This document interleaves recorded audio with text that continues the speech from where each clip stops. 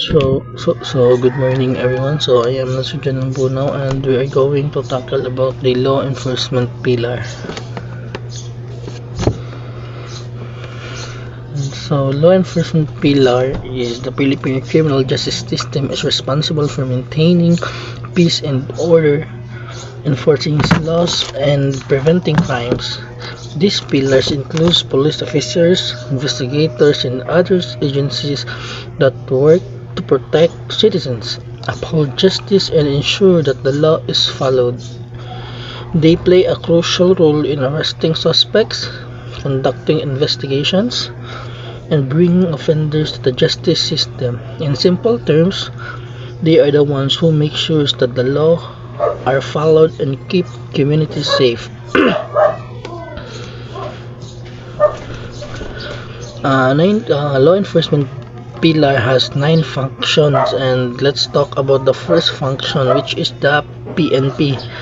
Philippine National Police is the government agency responsible for maintaining peace and order in the Philippines. So ang PNP is under the DILG, which means Department in Interior Local Government, if I am not mistaken. This is the under the this is the agency. It enforces the law, prevent crimes, and protects the people. Sila ang nagaprotekta sa people gani nga para ma-maintain ang safety sa isa ka country or sa isa ka lugar. The PNP works to ensure the safety of citizens through programs aimed at reducing crime, addressing public concerns, and maintaining law and order. It is made up of uniformed police officers who are tasked with performing duties such as investigation crimes, responding to emergency, and providing security. Ang kaning PNP kay makita natin isa sa mga tao o sa makita tayo sa mga lugar nga na mga event sila naga-enforce sa law, and maski sa atong local masing wala event kita gyapon natin sila kay naayra na sila dara posting sa masing asa nga lugar para ma-enforce ang law para matabangan ang mga tao na malayo sila sa crime. And the second function is the powers and function of PNP.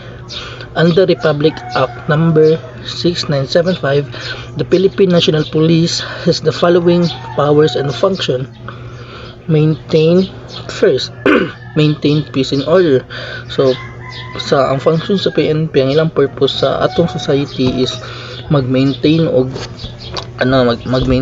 safeness sa lugar para ang mga tao hapsay og naikalinaw nga atong lugar, especially sa mga bata, para maprotektahan sila sa mga taong mapagsamantala.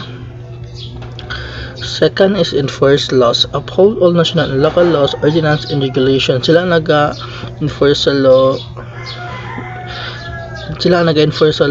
Maskin pag national law na siya or ordinance law or the local regulation. Sila yun ang naga-enforce na wala nilain and namang galilain ang boto wala ko kabalo dagan siya naga-enforce sa law sa mga BFP, sa mga Philippine Coast Guard, naga-enforce sila sa dagat kaya sila kaya atong within society naging siya yun. Third is prevent and investigate crimes. Gari intelligent investigate and solve crimes. Prevent para makaprevent sila crimes, and if ever na crime mahitabo sila na investigate and para masulbahan ang usa ka crime and para ilang mapaghandaan sunod para dili na makuan para ma-prevent jud ang crime. For example, na crime hitabo ilan na investigahan, pag man investigahan ana ilan ang trabahoon kay para ma-prevent na in the future. Fourth is maintain public safety. Sila nag-provide assistance during disasters and emergency. For example natin earthquake, sila ang nagatabang sa tuwan na para ang palibot na tuhan ay pag-evacuate sila na ato taridtuhan na provide. Fifth is apprehend offenders, arrest individuals who commit crimes, and maintain the rule of law. Kaya na ang pinakagahit yun kay sila ang nag-arrest sa isa ka individual nga nag-commit og crime para ma-maintain ang ato ang law kay lain pag kayo dili ta mag dili na sila restohon. So walay purpose ang atong criminal justice system ng law enforcement kung dili na restohon walay dili ma-maintain ang ang law. And 6 is assist in national security, support national defense as needed. National defense sila nagasuporta sa tuwa para ma-protektahan ang atong national ang atong depensa sa atong lugar if needed, if kailangan gani nato o for example usubon ta kailangan ang jud na o sila sila ang mag-operate pero basta army yun ang mag-operate na yun mga special forces.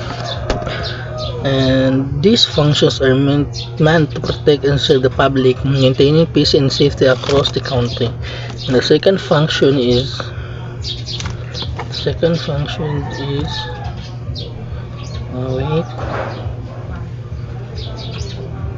the third function, crime detention. Crime detention refers to the act of holding a person in custody due to suspicion of committing crime. It typically happens when a law enforcement has reasonable cause to believe someone is involved in the criminal activity. The detention can be temporary or lead to arrest depending on the situation. So, muna na silang ang function sa law enforcement to detain a person who committed a crime. Example, a police officer sees a person acting suspiciously in a store that was recently robbed. The officer stops to the person and asks question. The officer holds the person, check if they are connected to the crime. After checking personal IDs and asking some questions, the officer finds no connection to the robbery and let them go. This is a case of temporary detention. Ang crime detention mo siya i-hold sa kay suspicious mong gagod. For example, nadadala kag baril nga toy gun na nakita sa police may pangutanon ka na that's what we call crime detention, but hold lang jud na pero if makita nila nga tulaan lang na pero pwede kay mo kadakon na may padadala pa i-hold lang jud ka na i-hold if so mudakpan na ka na pwede na kanila i-detain if tinuod jud nga nagdala-dala jud ka na nga tinuod nga baril. Arrest and search warrant.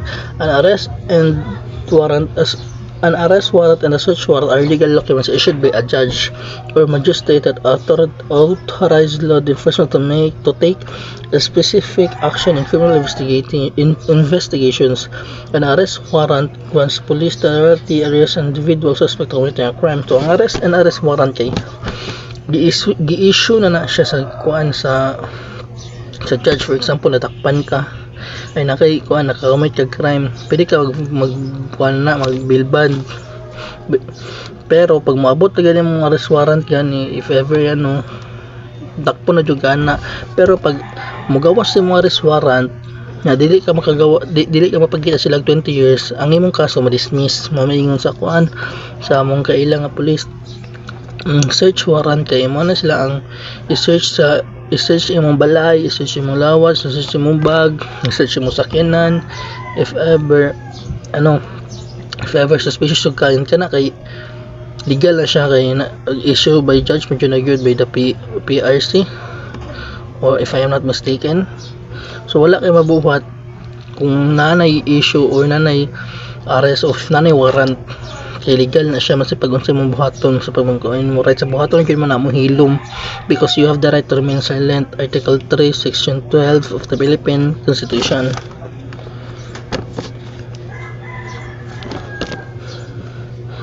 And the patrol. Patrol has three kinds, which is the foot patrol, vehicle patrol, and bike patrol. Foot patrol kay mo ni sila ang patrol sa usa ka lugar nga dili na if the car if ang sakyanan dili na makasulod, which is kailangan na yun nagtiil gamiton mag-patrol sila para sa eskinita, mag-foot patrol na sila. Vehicle patrol sama ni sila ang mga sakyanan jud nga nagapatrol jud sa dalan. And bike patrols, ang kaning bike patrols kay usod yun siya sa mga kusog kani man takop sa mga nigerilyo hay diri sa sa kalugar kani sila kay madakop na sila if nagapatrol gyud sila kung sa mahitabo sa atong society.